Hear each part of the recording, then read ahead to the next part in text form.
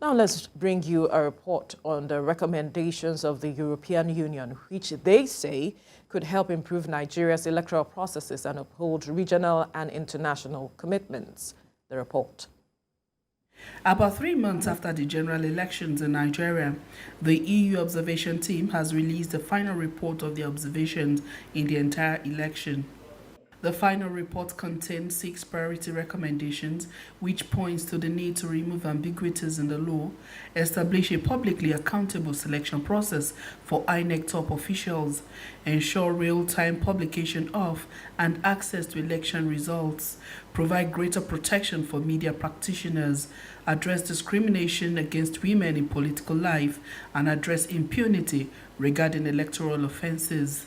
INEC introduced some very positive measures early in the electoral process. For example, it increased the number of polling units and established a system of electronic accreditation of party agents, media and observers.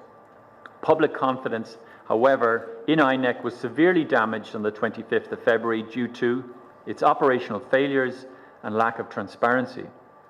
While some corrective measures introduced before the 18th of March elections seem to have a positive impact, overall trust was not restored and eventually led civil society to call for an independent audit of the entire process. INEC promises to work with the recommendations and all the recommendations given by other observers. On administrative issues, as an electoral management body, we are going to harvest all those recommendations that border on administrative issues, and we are going to implement them. There are also some recommendations that border on both constitutional and legal issues. We're also going to look at them and also see the ones that the National Assembly can deal with. But one thing that is certain, there is no country in the world that does not have institutions that resolves both constitutional and electoral matters, especially in democratic settings. The 6 priority recommendations, according to the EU observers, will contribute to improve the conduct of elections in Nigeria. The final report would also be presented to CSOs, representative of political parties, INEC and other stakeholders before the end of the week.